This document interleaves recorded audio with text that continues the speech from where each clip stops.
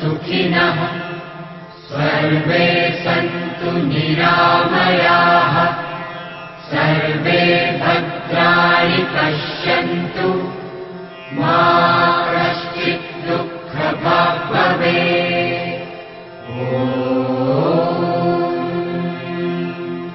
असतो मा सद्गमय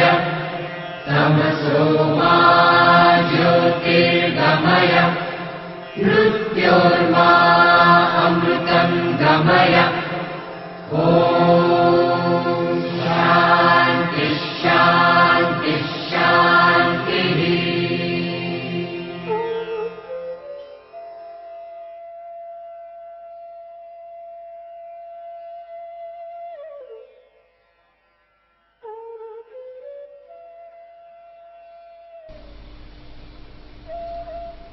उच्च आसन अर्थात एडवांस आसन।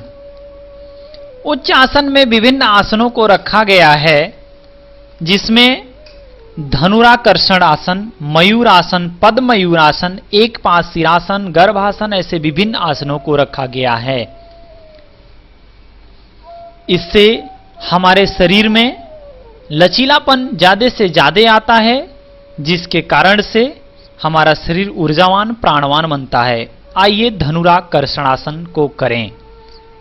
धनुराकर्षण आसन के लिए पैरों को सामने फैलाकर बैठ जाएं, दोनों पैरों को एक साथ रखें, भुजाओं को सीधा कर लें और उन्हें कैंची नुमा आकार में एक दूसरे पर इस प्रकार रखें कि दाहिनी भुजा ऊपर रहे। इस प्रकार से हमें धनुराकर्षण का अभ्यास आप देख रहे हैं, यह एडवांस आसनों के अंदर आता है। इसलिए अपने शरीर में जब पीछे के विभिन्न आसनों को, जैसे सिर के बगल किए जाने वाले आसन, संतुलन के आसन, पवन मुक्तासन भाग 1, पवन मुक्तासन भाग 2, पवन मुक्तासन भाग 3, आंखों के लिए यौगिक व्यायाम, शिथिलीकरण के आसन, ध्यान के आसन, वज्रासन समूह के आसन, खड़े होकर के किए जाने वाले आसन, सूर्य नमस्कार, पद्मासन समूह के आसन, पीछे की ओर झुक करके किए जाने वाले आसन, आगे की ओर झुक करके किए जाने वाले आसन, ऐसे विभिन्न आसनों का अभ्यास करने में जब हमारा शरीर पूर्ण रूप से सहने योग्य हो जाए, फ्लेक्सिबल हो जाए, तब हमें एडवांस आसनों को करना चाहिए, सीखना चाहिए। एडवांस आसन हमारे शरीर के अंदर हमारे शरीर को फ्लेक्सिबल बनाते हैं, जिससे हमारा शरीर ऊर्जावान प्राणवान ऊर्जावान बनता चला जाता है, हमारा शरीर हल्का होता चला जाता है, हमारे शरीर में किसी प्रकार का कोई विकार नहीं होता है। ऐसा माना जाता है कि मनुष्य के अनियंत्रित जीवनचर्या के कारण से, मनुष्य के अनियंत्रित जीवनचर्या होने के कारण से, पहला और दूसरा मनुष्य के तनावग्रसित रहने के कारण से, इन दो मुख्य कारणों से मनुष्य को विकृतियां अर्थात रोग उत्पन्न होते हैं। आइए उससे निजात पाने के लिए, हमें स्वस्थ रखने के लिए इन आसनों को करना चाहिए, जिसमें एडवांस आसन हमें पहले के विभिन्न आसनों को सीख लेने के बाद ही इन आसनों को करना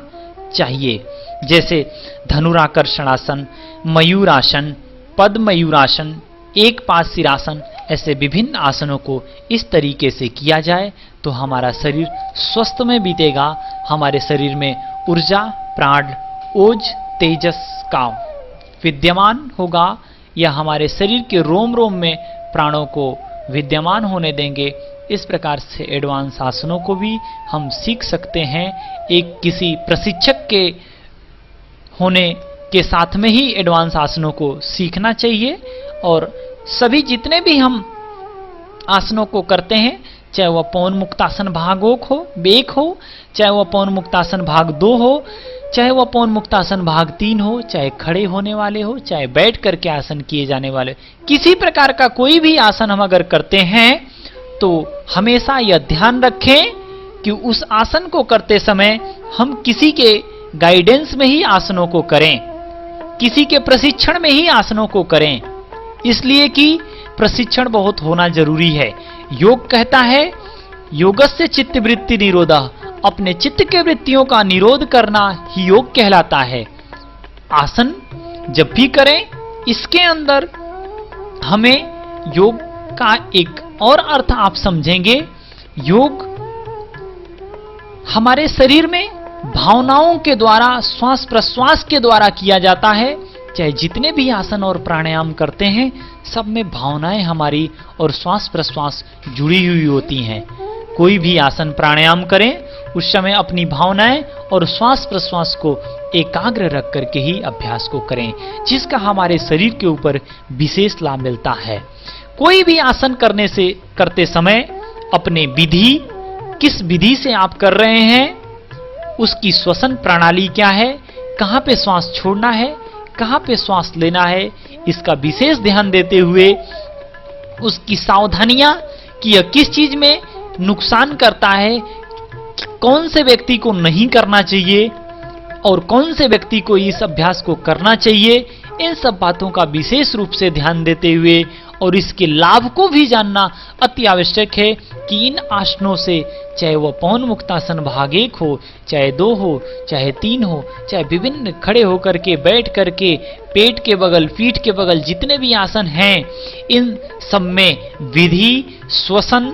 क्रम, कितने क्रम करने हैं, क्या लाभ हैं इसके, क्या सावधानियां हैं, इन विशेष बिंदुओं का ध्यान रख करके आसन, प्राणायाम, बंद मुद्रा, इन विभिन्न प्रकार के प्रैक्टिकल योग संबंधित कक्षाओं को सीखने करने का हमारे जीवन में लाभ मिलता है और इन विशेष चीजों का ध्यान देते रहना चाहिए, जिससे हमारा शरीर स्वस्थ रहेगा, हमारे शरीर में किसी प्रकार का कोई विकार उत्पन्न नहीं होने पाएगा। इसका ध्यान रखते हुए इन आसनों को हमें सीखना चाहिए, करना चाहिए, जिससे हमारे शरीर में लचीलापन आता जाए। जितना ही हमारे शरीर में लचीलापन आता जाएगा, हमारे नर्वस सिस्टम के कमजोर होने के कारण से, फ्लेक्सिबल ना होने के कारण से हमें विभिन्न प्रकार की विकृतियां उत्पन्न हो जाती हैं। इसलिए हमारी शरीर जितनी फ्लेक्सिबल होगी, हमारे रोग उतना ही हमारे शरीर से दूर होते चले जाएंगे। जितना हमारा रोग शरीर से दूर होता चला जाएगा, हम स्वस्थ होते चले जाएंगे। जब हम स्वस्थ होंगे तो हम अपने परिवार को सलाह दे सकते हैं स्वस्थ रहने के लिए और इस समाज को स्वस्थ बना सकते हैं। इस तरह से स्वस्थ समाज और सुखी समाज बनाने के लिए हम तत्पर हो सकते हैं, आगे बढ़ सकते हैं। इन आसनों को देखें, समझें और अपने जीवन में उतारें और इनसे सीख करके अपने स्वास्थ्य लाभ हेतु मनोकामना करें। आपका स्वास्थ्य निरंतर अग्रसर हो, सही रह सके, इसका ध्यान रहते हुए इन सभी अभ्यासों को करने का प्रयास करें।